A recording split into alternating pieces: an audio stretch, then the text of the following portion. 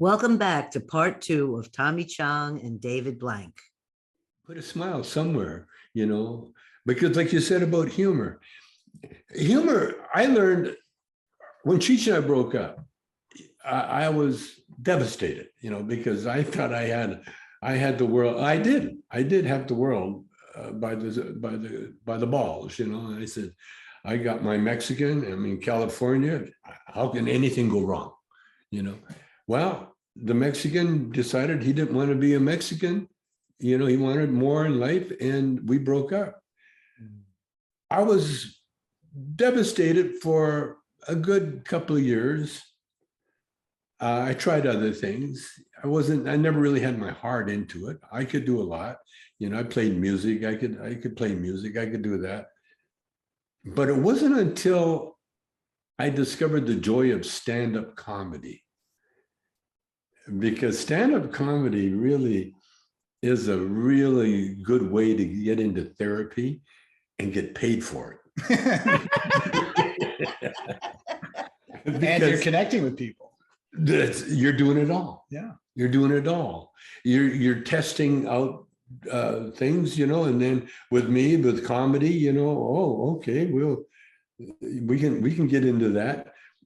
I don't know where, of course, that was God-given, but I know my dad loved to laugh, and I loved to make him laugh, because when a dad's laughing and you want to borrow the car, it's not too hard, Hey, here's the car. So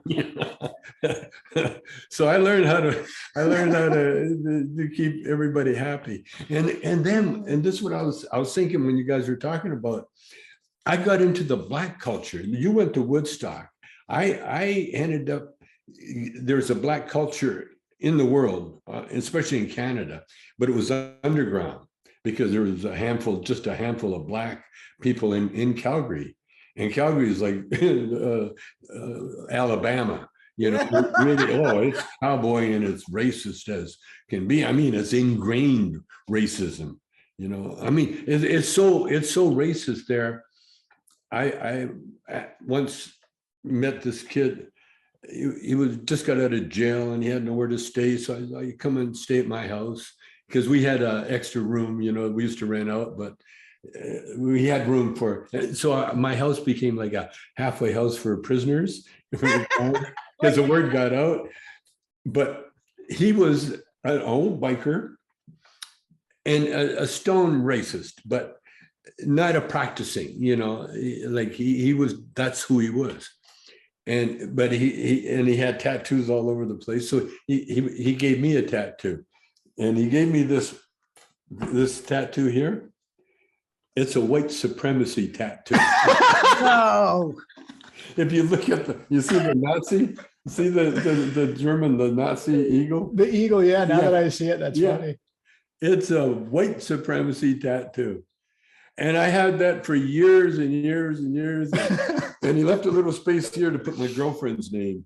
So it'd be done. But I was at a radio show in down south, and this old biker, he looks at me and goes, "That's a white supremacy tattoo you got there, Chong." I said, "What?" In the meantime, I married a Black girl. My first childhood sweetheart was a Black girl named Maxine Sneed. Her family were descendants of the slaves that came from Texas all the way up. They came up to Edmonton, Alberta, but because Texas was too hot. The slavery. They just got out of slavery, and they're free, and they wanted the furthest part from Texas that they could find, and it was Edmonton, Alberta. But when they got to Edmonton with the wagon train, the city father said, no, we don't want no Blacks here. You have to go to Amber Valley. They gave them a place north of Edmonton, and it's called Amber Valley. And that's where the colony of ex-slaves ended up in there. And out of that colony came my wife and my first singing partner, Tommy Milton. He was this beautiful Black football player originally. And my brother was in the band. He was a football player too. We had a saxophone player, half Black, named Pete Watts. He was also a football player and sax player. And then we had the only wimp was a white guy on drums, Eric. And that was our band, our first rhythm and blues band. And we called ourselves the Shades. I named it because we're all different colors. and that band, it was historical, you know, because we're the first rhythm and blues band, I would say, in Canada, because this is early 50s. Yeah, that This is in the 50s, right after Elvis. In fact, when Elvis hit, I was already playing with a Native American, Sarsi Native American Indian named Dick Bird. He was also in the band, the original Shades. And so my life has always been into the racial thing, because I have to say, my husband and I met when he was 10 and I was 12, and his mother was my algebra teacher. But we didn't, this is in New York City, and we didn't see each other again for another 20 years. And when we came together to meet after 20 years, it was just like yesterday. Yeah. So his mother was the first Black performer, first female to play on Broadway a role that was not a slave or a servant. She played the part of Eve in a play called Green Pastures. Sure. And his father was in the audience watching her on stage as a Black woman, and he was a Jewish New Yorker, white New Yorker, sitting in the audience. And long story short, he chased after her till she agreed to marry him. But they were an interracial couple, which at that time in the 50s, it was illegal in, I think, 47 states. Yeah. Illegal. 28 states, it was illegal. And when with the stories she would tell about when they would go together, like traveling in the car, and I think they were going to Canada or somewhere where there was some sort of She'd sit in the back?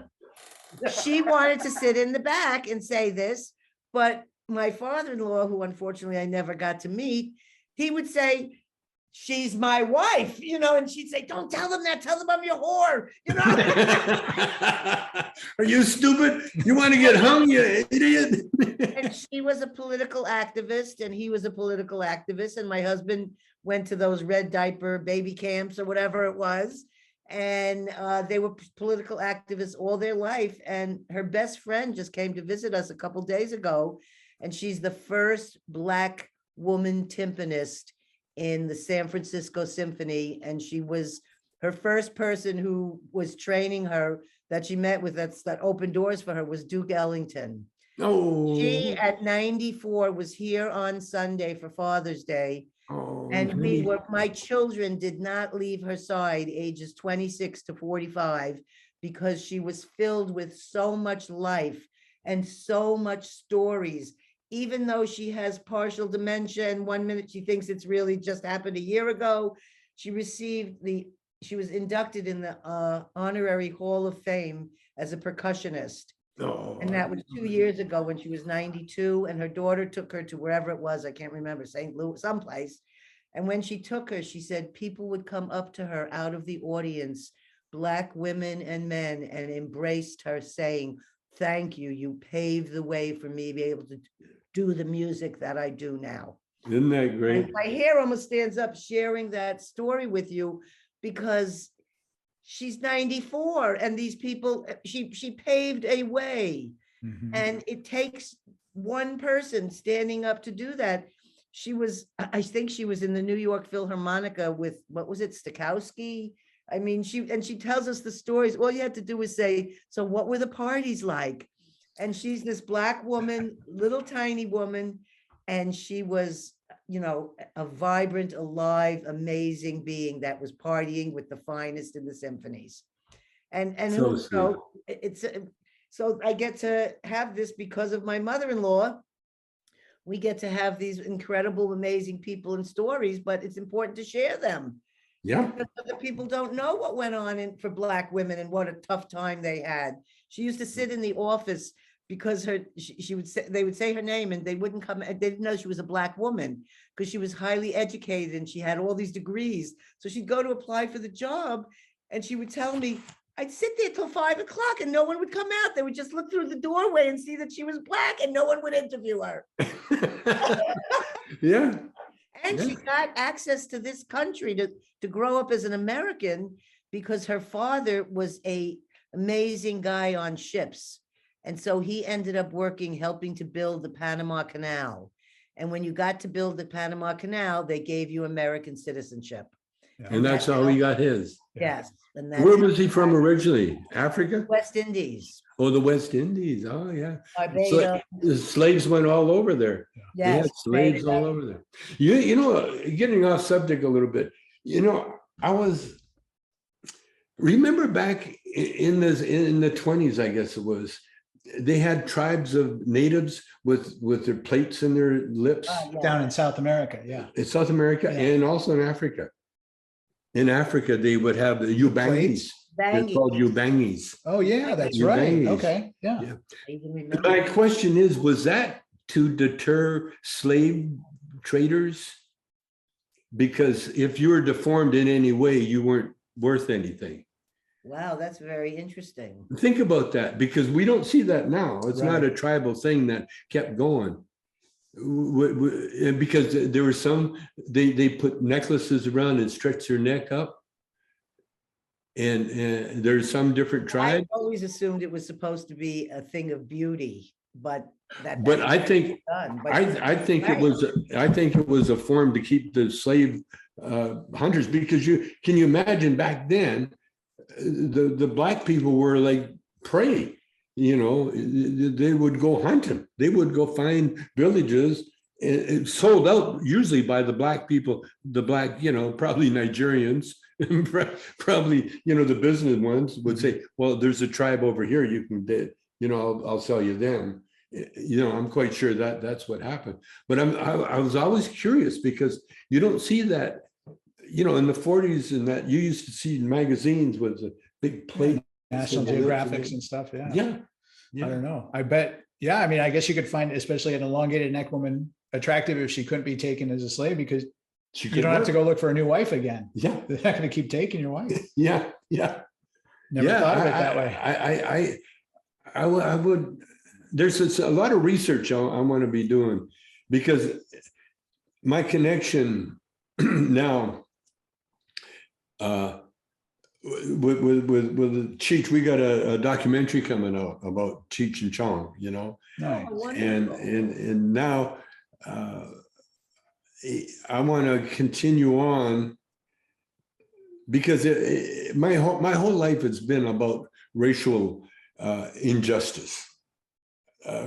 Right from my first band, I once started a teen club in Calgary because I got in trouble with this friend of mine stole the car, and the car stalled and it quit running. So he called me up and he said, hey, I got a car. Can you help me get it started? And he wasn't smart enough to walk away, you know. So we were there trying to get the car started, and the cops pulled up. And so we ran from the car and ran home, and the snow had just fallen. And so the cop just followed our tracks all the way home. He came in, took us to jail. I was 16 at the time, and my buddy was 15, 16. Went to jail. We got fined $100 each and charged with joyriding. It was called joyriding. The car never ran. I never sat in the car, but I went to jail. And that was my first taste of being incarcerated, you know. It was pretty incredible. I was like wide-eyed looking around, you know. And so we went to court, and there was Magistrate Reed. I'll never forget his name. He sentenced us. And then after the sentence, everybody treated me differently. My dad's friend gave me his car keys. He says, you don't have to steal the car. Whenever he says, here, kid, he gives me $100 in the car keys. And he says, go take your girl out, have a date, you know, have a good time. Because all the friends, they knew that if you go down that path, right, you know, and so they didn't want me to go down that path wanting a car, you know, trying to steal a car.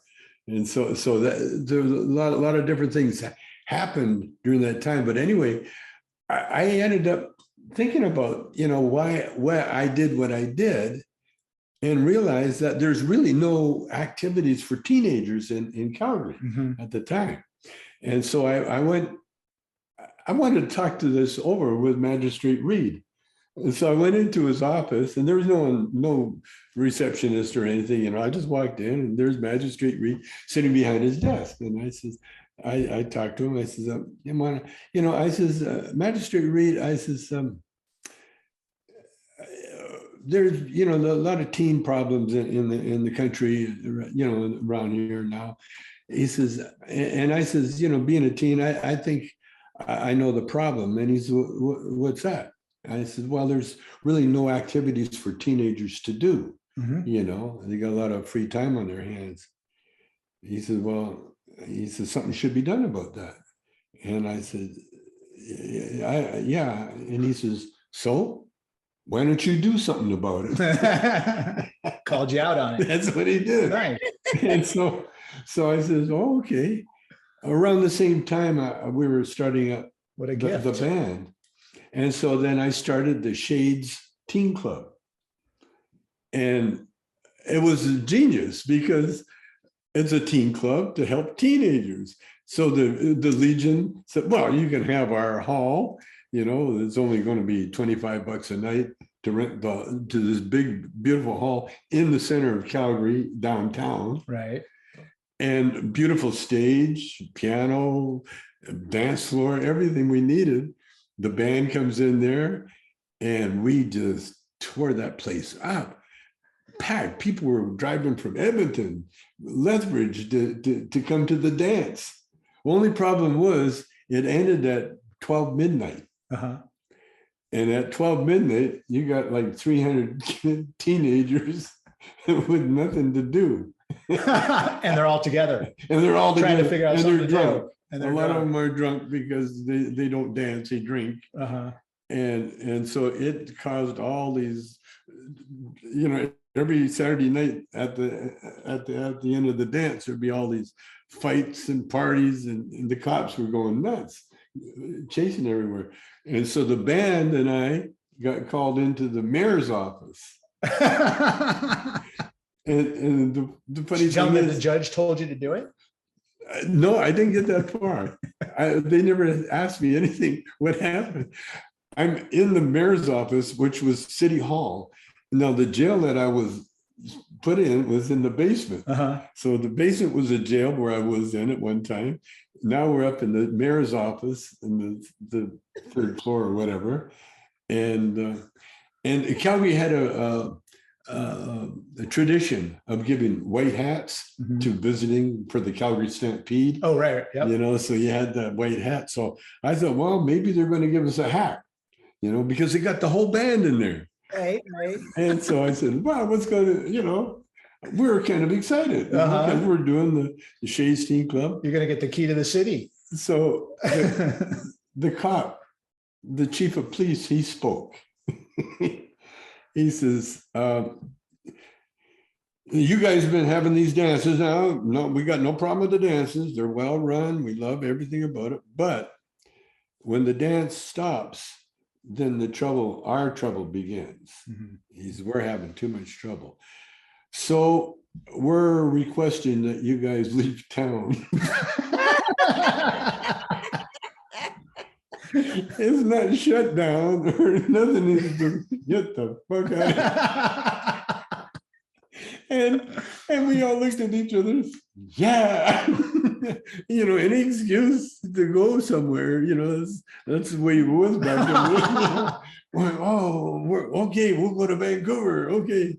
So we got kicked out of. Is that how you ended up in Vancouver? That's how I ended up in Vancouver. Did you ever thank the cop? Well, they all died. Everyone, they're all gone. The magistrate. I mean, But you never wrote him a letter from Vancouver like, this place is great. Thanks so much for the recommendation. Not really, because I ended up in jail in Vancouver a couple of times too, because I'm in that nightclub business. But oh man, that was so funny to be honored, by get out of town, man. But it helped the career. Had we not left, maybe the teen club would still be going, but that's how whenever I made a move, I usually got fired. I got fired from Motown. I got fired from all the jobs I ever had. Like one job I had the whole band working, because I was raised. Yeah, you had a job. There's no, if you got a weekend off, that means you're not looking because someone needs you somewhere. So I always worked.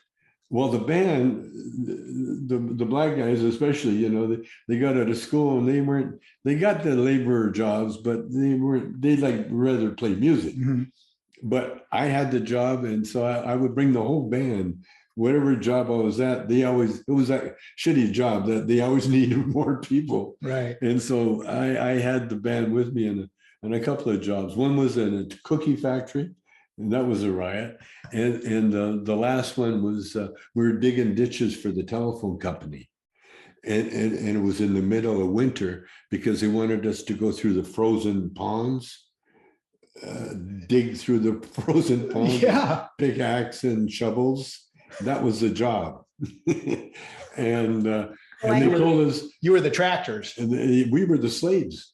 Jeez. Literally, they would drive us up there and pick up trucks or panel trucks, drop us off, then come pick us up like a road gang. And this is in the wintertime. Yeah, this is in the wintertime, dead of winter, Canada. And so they told us, they said, Christmas, New Year's Eve is on a Friday, and if you don't come to work Saturday, you're all fired. And all we heard was, "You're all fired." That's how we heard. And he told us a week before the thing. So we had a week of doing not very much. Oh man. To a stoner question. Like, I remember somebody came through my house once and she said to me, you're the highest performing pot smoker I've ever seen. And there's always this association that the stoner pot smoker is some laid back person who's not getting anything done. Well, we know that you are not that person, that you've accomplished more than in a few lifetimes worth of things. So it seems to not exactly agree with the idea that stoners, myself included, lay around doing nothing. I accomplished tremendous amounts of things, but I'm smoking pot all the time. Hey, think about it. We wouldn't have a computer if it wasn't for a stoner going. My husband worked with all those people, and he's one of them. Computer scientists. He was in the virtual. He put the glove on Yoko Ono's hand when she came to try the virtual reality. Back then, you put a glove on. And her hand was too small. It didn't fit into the glove. My husband made the software for the virtual reality with Jaron Lanier, who coined that word, virtual reality. But he was never a stoner, Jaron. He never smoked. But most of these people that are in the computer field are all people who've done psychedelics or microdosing or things that have expanded their own. And it goes back, you talk about cannabis being medicine. I mean, it's in the Bible. The burning bush that Moses talked to, that's the burning bush. That's God appeared to Moses in the form of a burning bush, and he gave him the 10 commandments. That's where it all came from. That's the burning bush that Moses was talking about. Canna has been written up in all the spiritual books, going back to the Bhagavad Gita, and even beyond that. I think the Bhagavad Gita is like 26,000 years old. And, the Bible is what, 5 or whatever, 1,000. And the Chinese always had cannabis in their recorded medical books. Right. The Chinese used it for cancer, menstrual problems, and depression. Yeah, it was all depression. Yeah, I meant to tell you, Gail, the other day I was on a psychedelic integration call. So, after you do psychedelics for therapeutically and stuff, and even if you don't, the integration is about taking what you experience and what you learned and bringing it in in a healthy way into your life so that, you know, you can move forward with that. And so there's a lot of different groups that are doing a lot of harm reduction, psychedelic harm reduction stuff and having online integration calls. And I just found out about one and was on a call the other day. It's in Berkeley, and it's a Jewish group run by rabbis, and talking about psychedelic integration and psychedelics in history, in the Bible, and in spirituality. So I'll get to you the information, and you too. It's fascinating to get on there and hear these people's experiences and just really get connected in that way of people supporting each other online. But yeah, the Jewish aspect was fantastic. It was like nice to see the rabbis getting involved. If our listeners want to contact you, David, to find out more about the psychedelic journey and where they could meet up with you and do this, how would they contact you? So they can email me at david@soul, S-O-U-L, soulconnectionjourneys with an S.com. Or they can go to our website, which is soulconnectionjourneys.com. And there's contact information there. There's information about the cannabis-assisted psychedelic work that we're doing. Information about our retreats. What our goal is to not only do one-on-one sessions with people and some group sessions, but multi-day retreats, taking people out into natural settings. And so we've got some retreats set up for this November, one the week before Thanksgiving and one the week of Thanksgiving, so that people can come on Thanksgiving, people who, you know, whatever the other options are they don't want to do, or, you know, they want to really connect with why they're giving thanks to life, and come out and join us. And that's going to be in Nevada, in the mountains, about an hour outside of Vegas. So Gail is a food person, right? And Gail understands that food is life and food is love. And when you feed somebody, when you give somebody food, right, you're just loving them. I love to. You're just loving. And so you go to her house and it's unbelievable. It's just all this wonderful food and this feeling of home. And she's got her own little commune with her apple trees and the different, and all her children, 2 of her children out of 3 live there with her and her husband. And it's so beautiful. And my wife and I go there whenever we can, just to hang out with Gail and David and her daughter, Nancy, who's our very dear friend, who's a wonderful person. But the food is love thing, I wanted to, because so Gail and her family, they gave me the opportunity to take them on a tour to Ethiopia. Oh, nice. Okay. And so, you know, I've taken people all over the place, right? And I love taking people into like native villages in Panama, in the jungle, and meeting the indigenous and really connecting. So, but Gail, what I did was I brought food from an Ethiopian restaurant, which they had never had. And 30 years ago, when I was in college, 35 years ago in Boulder, Colorado, a little Ethiopian woman opened a restaurant in Boulder, an Ethiopian restaurant. And I think it was called, I talked about this the other day at this groundbreaking I'm going to mention in a minute. And a gentleman that was there said, oh, it was called Ras Casas. I think that's the name of the restaurant in Boulder. And it might even still be there. And so anyways, we go out to this little Ethiopian restaurant and she would bring us the food. And have you ever had Ethiopian? I believe so, yeah. And you eat it with the bread, you pick it up with your hands. Very, very spicy. Yeah, it can be, yeah. I mean, to the point where you go, oh. you gotta ask for the gringo style, the low spice. So anyways, she'd bring the food out and she would roll it, take the bread and scoop up some of the food and roll it in her hand, and then she put it in our mouth. So sweet. Yeah, man, it was like love. It was like, she's like, let me love you. And I just found out when I was picking up the food to take to Gail's house from an Ethiopian restaurant, the woman there, when I mentioned that to her, she said, yes, weddings are so difficult for the bride because as our culture, the women feed the bride as showing love. And so she's like, they just keep feeding you and you just keep eating and eating. So this thing about fatten this one up. probably now because they're going to start. Yeah. Now they're getting married and now they're going to have children. So it's like, okay, you know, like time to fill yourself up. But so Gail gave me the opportunity to go to her house and take her on this tour by sharing this with her. And recently, I don't know if I told you, the woman who owns the Ethiopian restaurant in Sacramento, California, her name is Zion Tadese, and it's called Queen of Sheba. We become friends. And I was in there one day and we started chatting, and I told her about the soul connection journeys and the psychedelic therapy and all that. And she says, "Oh my God, I can't believe it. You have to come and talk to me. Come and talk to me. Let's sit." And we sat, and she told me she's just created, and they're going to break ground. We had the groundbreaking ceremony last week, something called the Shashamene Institute. Shashamene is a city in Ethiopia.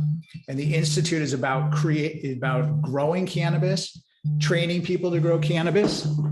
That's my phone. It is. That you, okay, I'm looking, okay. Thank you. And so, Robbie Kings, Oh, okay. you need to get it. No, it's okay. Cool. So anyway, so Shashamene Institute is about helping the local African-American community and minority community to learn about cannabis and how to use it, how to grow it, how to harvest it, how to be in business with it, because 60% of the buyers in the dispensaries are minority, and like less than 5% are employees or owners in dispensaries. And so she's created this whole institute to help that community. And part of the institute, there's a whole bunch of different aspects to it that are very beautiful. A lot of different training programs. And one of them is going to be a health center. And it's going to be a health center focusing on using cannabis for health. And so she's like, "I'm doing all this stuff. I'd love you to work on it with us and, figure out how we can do this together." I was so excited. I'm like, cool. So Claudia and I went home and we sat down and we came up with a little proposal for her that we're going to do with her. Go ahead. We're going to do a cannabis-assisted psychedelic program, like treatment program there within the health center, so that we can help people. And then we're going to create it in a sustainable way where the people then, locals who are interested in doing this work, can get trained in being psychedelic sitters as part of this program. So we're creating a system where the community is supporting itself. There's not somebody from outside coming in and doing it, because it's really important. It's got to be the people from there, so that they're doing it the right way. This is in Sacramento. In Sacramento? In Sacramento, yeah. It's South Sacramento, south of downtown, a couple miles. That's so cool. It's really, it's awesome. It's a fantastic opportunity for us. And then, because of my background out in the outdoors and nature, and my passion for transformation through nature and travel, what we said is, let's also create a program, like a youth program, right? Because you can't do medicine work with people underage legally unless they have prescriptions and stuff. But what we can do is we can create a program where we take youth from the community out and do psychedelic-like experiences in nature, where they're just really getting connected to nature and starting to build some connection and some self-sufficiency and some confidence. And because I see a lot of what's the problem in the world today, in our communities, and these struggles, is really coming from a point of people or children, they have to be dependent to survive. Then there's a point where you transition to becoming an adult, and you need to be kind of independent so that you can be interdependent part of the community and contribute. Isn't that called bar mitzvah? Well, it is. I'm glad you brought that up, because it is. But in our traditions today, right? Like you talked about your Jewish friends here, it's more secular. In our traditions today, it's more like we go through the process of the bar mitzvah, but it's not the really being with the being ancestors. You are a man. Right. But it's not like going through the process of learning the rites of passage, how to become a man from your elders. Yeah. The old one, you give them the weapons that they need, to protect. Right. And, now, in my day, it was like, you had to carry the wood and water. Mm-hmm. You had to do the chores. Now you are a man, you're doing the chores. Mm-hmm. And if you're big enough, you drove the truck too. It's all becoming part of a useful part of the community. Exactly. Where you're doing this shit. Exactly. Yeah, and then as you get into the city, it becomes more of like a traditional dinner. We'll have the sip. Oh, now you are a man. Right. Right. And my bar mitzvah for me was a traumatic experience, because I didn't really want to do it, and I, of course, had to do it. My father was like, "Of course, you're going to get a bar." And so I had to study after school. I'd have to go home every day and study. And I was really, I was terrible at Hebrew and terrible at this stuff and not motivated. 3 months after my bar mitzvah, I was in this park in the Palisades playing baseball with my friend David Rosen, and I had a panic attack. And I'm shaking. He said, "What's wrong?" And I said, I gotta go study for my bar mitzvah. And he's like, "Dude, it's okay. It was over 3 months ago." I had bar mitzvah PTSD. Right? So I love it. And you see why there's so many Jewish comedians. Because he got so much material.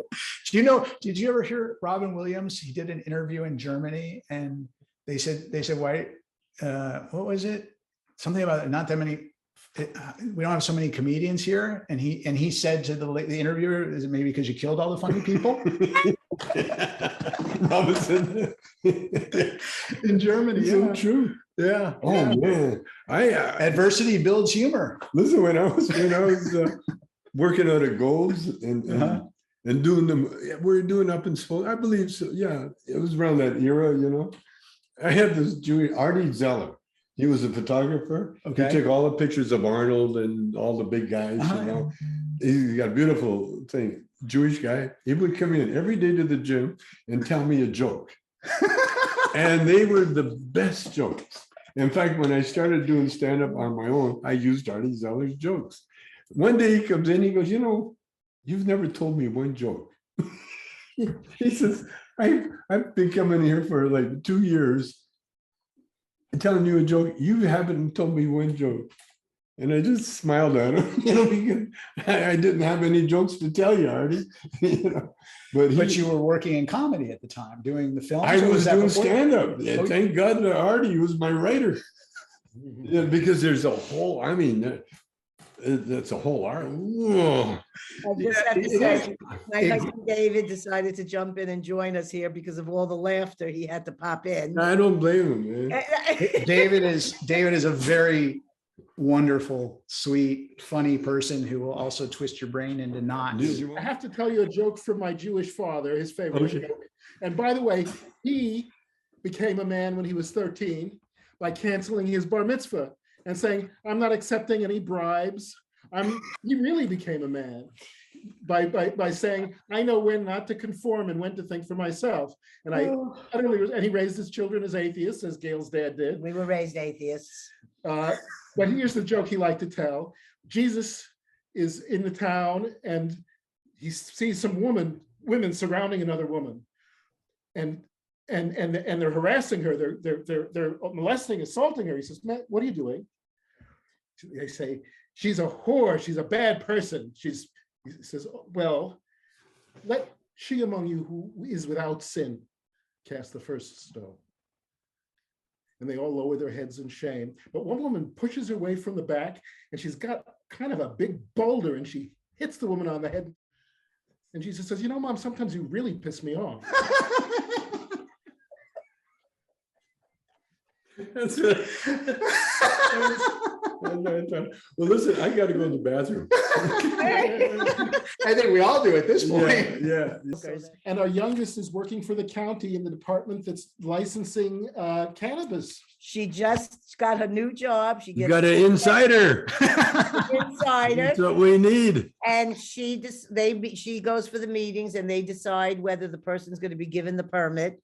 And Oh, I love that. Yeah, she's a permit. And I said to my sister, Yeah. I couldn't be any prouder to have a daughter that's working in the permit department of the marijuana. Of course, it's about time.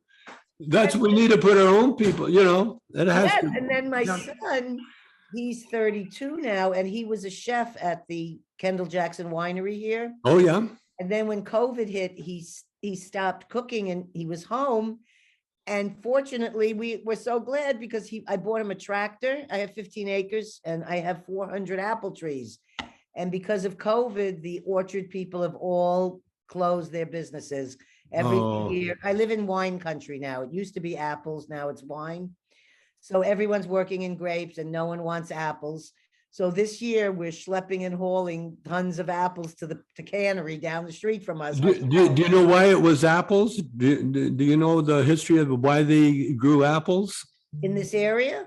Yeah, I don't know. No, why? apple cider. The Europeans never trusted water because of the Great Plague. And so Oh, they always had apple ciders. sweet. Just finishing up a podcast. Okay. Yeah, you didn't know that? No, Well, Johnny Appleseed, remember that yes. legend? That's why he went around with the seeds for the settlers, because they never trusted water. And so you always had apple cider. And that's why, because it's healthy and good for you. Never knew that. So it couldn't be contaminated the way water can be. Yeah. Right, and it was fermented. Yeah. The cider I have my own apple juice press, and I have frozen half gallon. I bet. Oh, it's so good. I like my banana bread I want to send you. That's walnuts from my tree, organic eggs from David raising the chickens. This is a Yale MIT man, by the way. He's got. Don't apologize. Yeah. I have to say, I was a film student, and I have 100 questions to ask you about directing and Lou Adler and Sure. Conversation sometime. Yeah, anytime, man. Anyway, so I made the raisins that are in the banana bread from my own grapes. And so I feel like I'm sending stuff that's really from my heart to people. And then I my love it. jams, my mulberry jam, I picked every single berry. I made over 100 jars of jam. Ooh. And I promise you, you will not be disappointed. That's all I can say. You're talking to a stoner that very rarely gets disappointed. By the way, you said so many great things, but I've had the honor of knowing Timothy and maybe the smartest man in the world, Marvin Minsky, the inventor of artificial intelligence. Both of them were my mentors, and both of them said something that you sort of said earlier. Their favorite word in the English language is "whoops." It's the sound of a human learning. Yeah. Oops. And Yeah. Oh. the only more sacred sound is what you said, giggling, the involuntary sound of a human learning. Yes. Could he ask you that one question? Because he really wanted to ask you this about this Sure. Adler guy. Well, it probably has a long answer, but I see Lou Adler on, Harold and Maude and Altman's greatest films. How did you connect with him? Lou?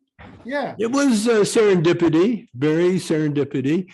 We came down to LA. Remember a group called the Three Dog Night? Yeah, of course. Okay. The drummer, Floyd, is a sister. He's the brother of my first wife, Maxine. I started Floyd playing drums in my band, my original band. And so the Three Dog Night were up. They saw Cheech and I up performing comedy up in Vancouver. And so when we came down to LA, we hooked up with the Three Dog Night management crew first. And then when Cheech and I were going around different clubs and, working out our act, we were kind of with the Three Dog Night people. They were going to be our managers, but they couldn't they were all music. They couldn't do anything about comedy. And so we did a sort of like an audition night for Warner Brothers. And Lou Adler heard about it. So Lou Adler came down and watched the show, and he loved the show. And he told Dinah, remember Dinah Shore? Yeah, of course. Dinah Shore's daughter. Dinah Shore's daughter was a friend of Lou Adler and a friend of Cheech.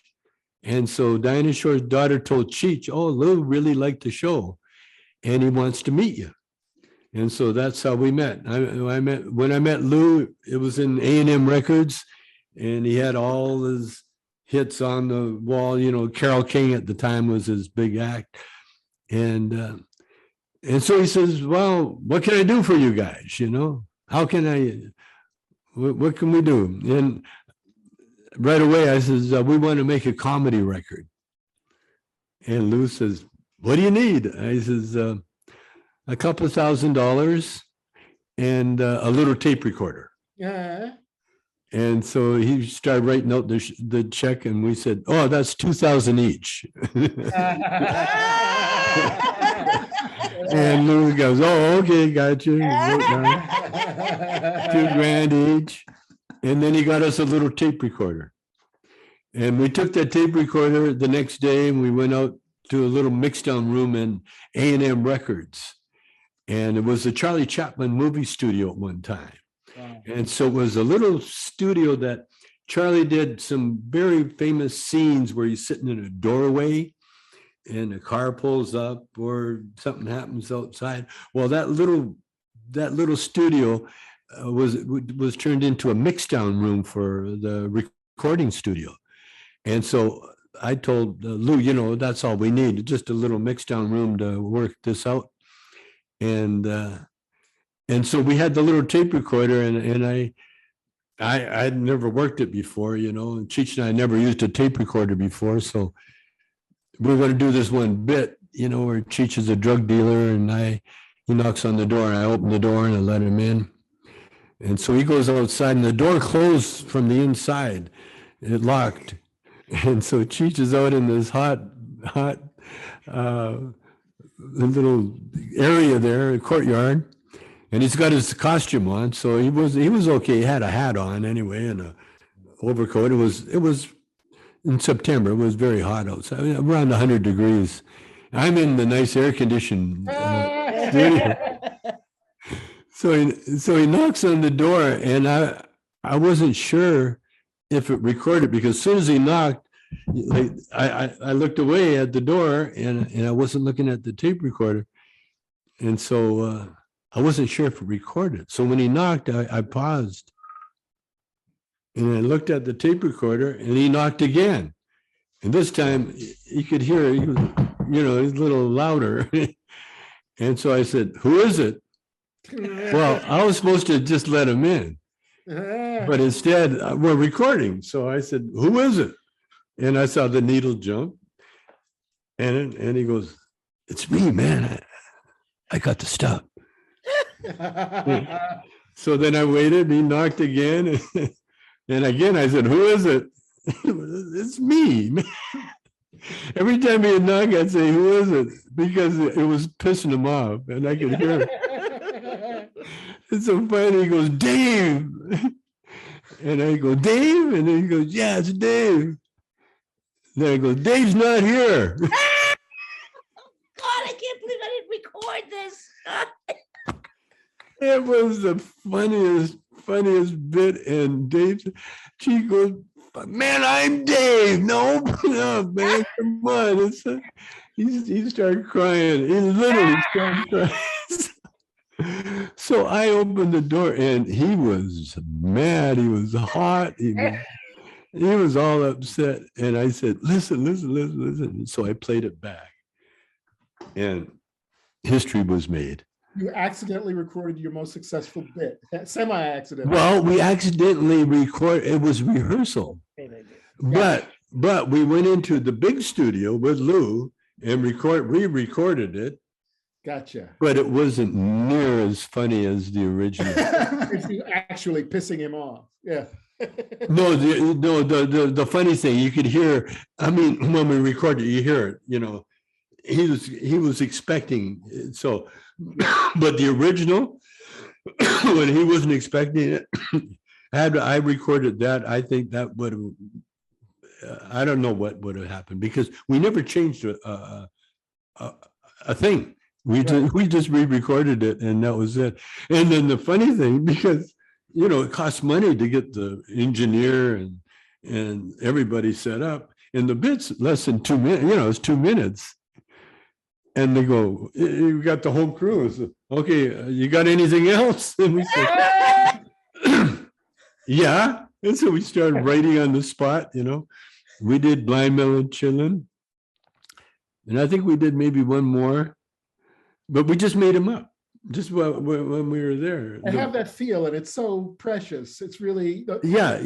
It feels like the old silent films, or like the Jerry Lewis movies, where they just say, "We built this set. These guys will say something funny." Yeah. That's what happened.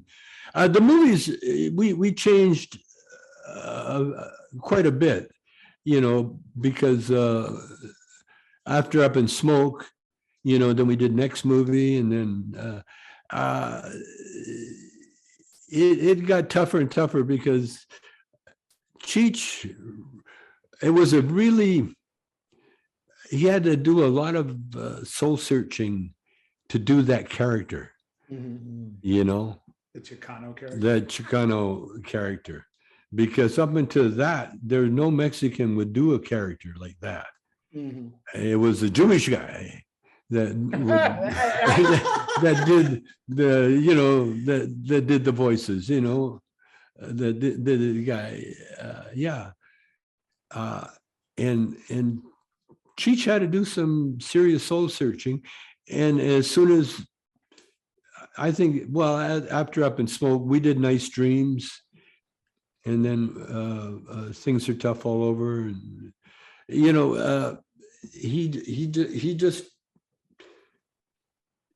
we ran out of stuff really to do with that particular character. Although people loved him, and I still love him to this day. I've never seen any character that Cheech did that would even come close to that Pedro. So that was a fantastic. He was so wonderful in that. His whole energy and his fun that he was having doing it, you could see for a while. Well, he just opened up a museum in Riverside. He did. I was there. I saw On it. Saturday. Yes. It's incredible. And he'll be opening. Yeah. Well, I went to the family opening, which is, it was incredible because it was very few people there, Eventually it's going to be packed, that place is going to be packed. It's just all his Chicano art, his collection, I once suggested, hey, Cheech, why don't we do the art of Cheech and Chong? And he says, that probably the worst idea I've ever heard in my life. Yeah, I look at my life and I see I've always been on that path, and I obviously that's why I'm here. That's why my dad is Chinese or was Chinese, and my mother was Scotch, Irish, English, and Native American. And so I'm a mixture, and we have where being mixed is halfway to illegal, right? Well, it depends. Yeah. I mean, hey, the name Chong got me in jail. I wouldn't have gone to jail had my name been anything but Chong, but they had to put a guy named Chong, in the drug trade, I mean, it was so bogus, but it was meant to be, I had work to do in jail. I had, like Tim. In fact, Tim was one that told me how much he enjoyed jail. Yeah. He used to go play a little basketball, then come back, have a shower, and then go in write. And then go have dinner. It was. I had the same experience. I joined the Indian Sweat Lodge. And so That's amazing. Saturday In jail. Yeah, Yes, it's Saturday. I tell my wife, well, listen, I got to cut this visit short. I got to go work in the sweat lodge, and she'd driven 2 hours to see me, and she didn't mind, but it was a running gag at the time, Did Shelby stay up there with you while you were in prison? No, she stayed here and drove 2 hours. Oh, where were you? In Taft. Oh, okay. Near For some reason, Bakersfield. I thought you were out in central United States. Oh, no, we were in Bakersfield. Okay. So she was just outside. Okay. I found out later, because I have a personal record. I've seen when I was in prison, I saw every sunset for 3 months. Every night for 3 months, I watched a sunset with a lot of the other people. And one of the reasons we would sit out there was because there's a skydiving club in Bakersfield that used to put on a show. We'd be sitting there, and all of a sudden this guy's jumping out of the planes, doing tricks and flips and everything else. And I found out later they knew I was in prison, and they knew that I'd be watching their show. And so it was a skydiving show for Tommy Chong. Really cool. I have to tell you, I have all kinds of friends and people in my life, and all of them were so excited to know I was going to have you on this show. But when I was out to dinner with our friend who's the chief scientist at the Institute of Noetic Sciences, when I told him, yeah, because he's been a guest on my show, I said, yeah, I'm going to be interviewing Tommy Chong with my friend David blank. His whole face lit up, and he was somebody I would think wouldn't even know you somehow. So like, you have crossed all the different people types. They didn't have to be hippies. They didn't have to all be stoners. Oh, You've no. you've crossed to all of them, to scientists. And he was thrilled. He said he can't wait to watch the show. And I was like, great. Yeah. When I finally checked into prison, they told me to be there before noon. And so I got there around 11:30, and there was a little waiting group of people waiting for me. And then symbolically, they had to put handcuffs on me and walk me through the front door. And then they took off the handcuffs. It was like they were receiving me as a prisoner. And then then they were going to drive me to the camp, because that was just the main prison. And so when I got in, the guy that was going to drive me, as soon as he got in the pickup truck, he pulls out an album. He says, hey, man, will you sign this for me, man? I've had this ever since. And sometimes after I got there, I'd be, I was doing a lot of sleeping in the beginning, and the counselor, the unit counselor, there's a real nice lady named Strickland, Miss Strickland, sweet as can be, kind of pretty, and she'd be sitting on the edge of my bed waiting for me to wake up because, she wanted to have some time with her famous prisoner. Right. Well, Timothy would talk about the woman who did intake with him, a Black woman. He said my mother reminded him of her, and she had a twinkle in her eye. And she was a part of the process where they gave him one of his own psychology tests and put him in a minimum security prison. He wrote the test that he was taking. And he wrote it. He The wrote the twinkle in test. her eye said, "You and I know how we're going to deal with the man, don't we?" Yeah, for sure. And that's how he figured out how to paint his sneakers black and go over that wire and escape. Yeah, he told me that was a tough escape. It wasn't that easy. Hand over hand. Oh my God. I love that story, right down to him pushing his professorial glasses onto his nose and strolling away. Yeah, he was the guy. He's supposed to marry us. Our wedding invitation shows him as the attending physician. Yeah.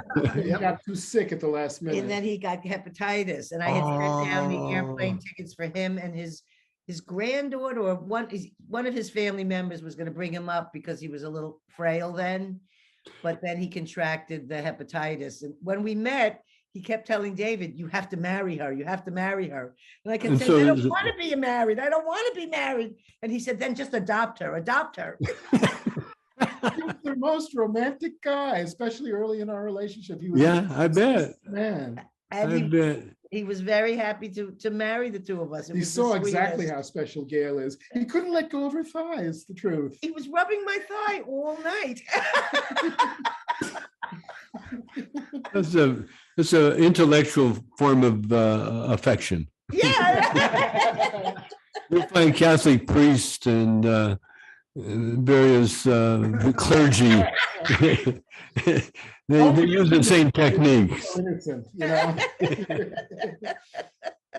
He was innocent. And I think he said he never had a driver's license. I think he didn't it when we were in LA. He was driving around LA. I was telling him about my Boston Dodge Dart that that had no brakes and no reverse. Only kind of car to have. That was his attitude toward the future, you know? Yeah. Yeah. You never had a driver's license, Tim? He did not. He did not when he was tooling around in Oh God, he had the craziest funny story. Did you ever know Barbara, his wife? Yeah, I know Barbara very well.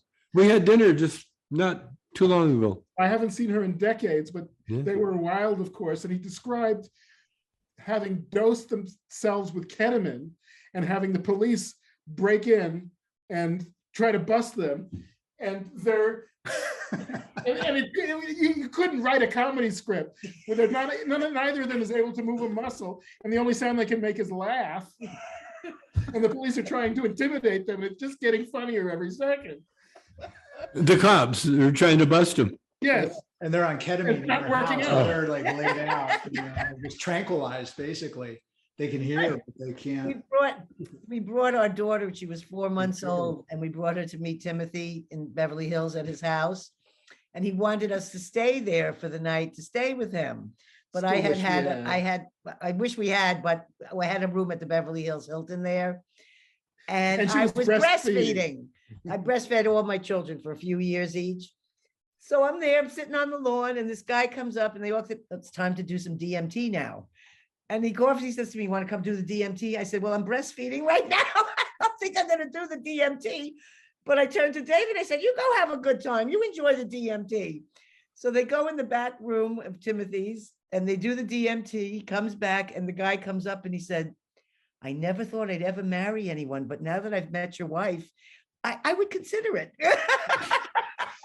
That's what a wife can be about. It was just a revelation. And I wished I could have, but being a mother was more important than the partying moment. So I missed that little partying moment together. But I did bring him my homegrown pot. He did get to smoke my own weed. And so I had a lot of wonderful things. And we saw his cryogenic. There was a machine there set up for him to have the head cut off and be put into this cryogenic. Sure.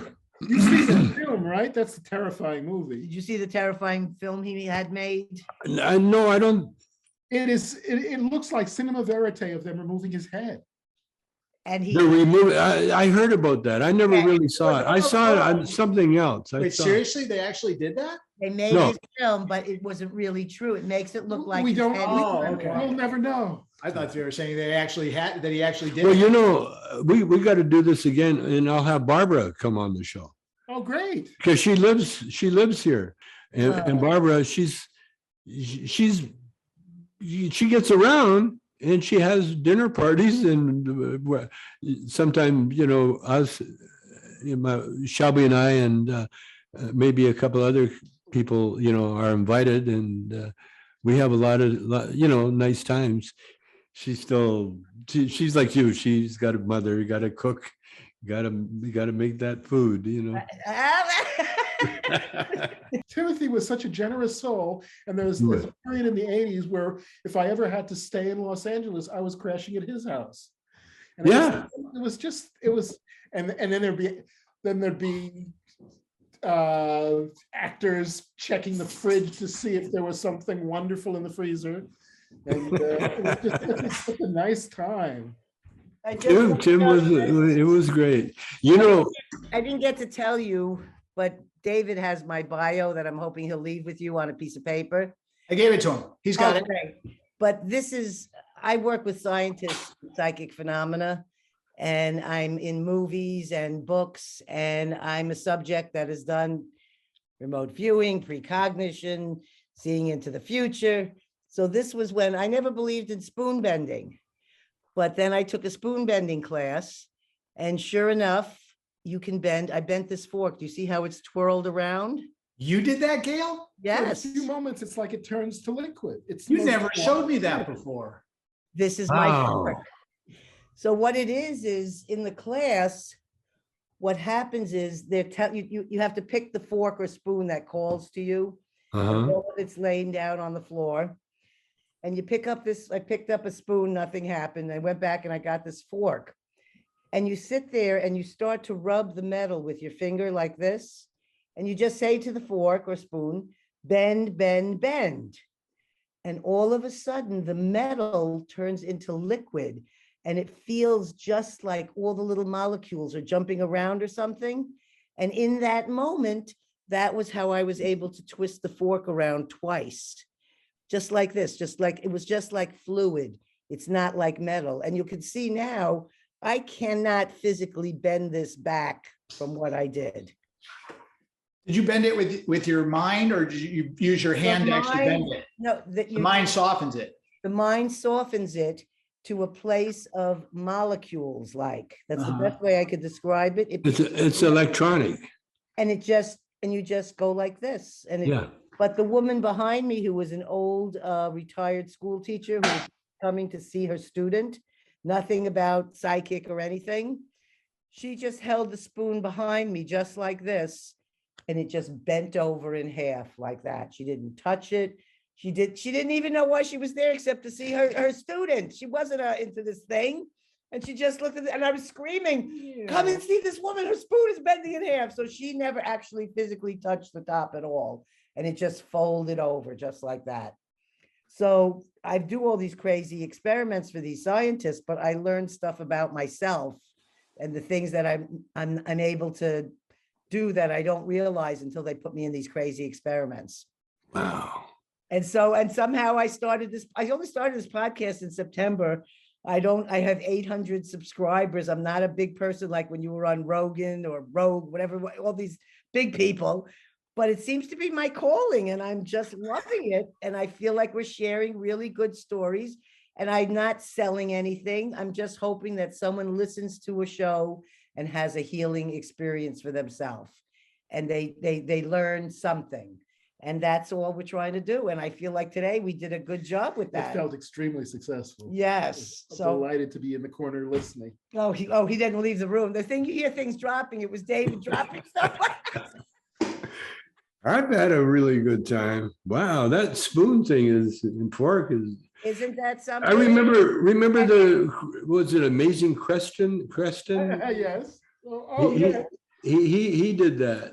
He did the spoon thing, you know. I have to show He you just this. had a bend. That's You see amazing. that? I've never tried to do that. Now he built an app. I think David built an app that teaches you how to be psychic, like how to Okay. strengthen your psychic muscle. Stanford Research Institute was doing psychic spying for 20 years in the 70s into Russia. And they were describing, military sites and things that were hidden. These are the scientists that I work with. Stanford doesn't do this anymore, but I think the CIA is still doing this. Well, the CIA was trained how to do this thing they call remote viewing. So one of the gentlemen, who's 88, by the way, and is releasing his next book, is a very dear friend of mine, Russell Targ. And he was the one who ran this program at Stanford. So he calls me once a week, every whatever's, and says, I'm holding something in my hand, tell me what it is. And I tell him within less than a minute. I draw it and I show him. So like, here's an example of something he asked me to remote view. It's a 20-sided, what do you call it? Dodecahedron. A dodecahedron. A Euclidean solid. And she's describing something that looks like a crystal and is yellow and is metal. And if you looked at it from this angle, you'd see it's kind of heart-shaped. And she's giving all these descriptions of, oh, good, you have the thing. Yeah. And by the way, I'm married to her. Very strange things happen to me and her. She wakes up and runs to the toilet and then her face falls and she says, oh, Uncle Willie died. I experience people's deaths when they happen. That's Well, why they transition. You can feel the transition. I can feel the transition. And we get the call hours later, but she knows first. And he's not even in the hospital or sick. And it's a strange thing because my body will physically happen what's happening to them. She's vomiting into the toilet and I'm looking at her wondering if there's something wrong with her. The last thing I think I'll hear out of her mouth is, Uncle Willie just died. This is one I just did May 21st that they said was called a world-class remote viewing. And what it is, the object that I was to remote view was an 8-armed Shiva on a lotus base. And I gave complete description and drew, a little dancing thing here of arms, and legs coming out because I can't draw. But it seems, like whatever-ish, except when you're doing things like I've been asked to look for missing persons. And these are described exactly where they were. And she's so precious. The person on the other end of the phone, I'm there in the kitchen when she gets this call. What kind of a call comes? Someone saying, I know something about your history, and I have someone in my office whose mother is missing. Would you please talk to him? And she's trying to figure out if this was out of it's a psychiatrist's office. And the guy gets on the phone, and I see exactly that his mother is dead, that she's hunched over on her steering wheel. She's sitting it's in Colorado. She's by a big giant boulder.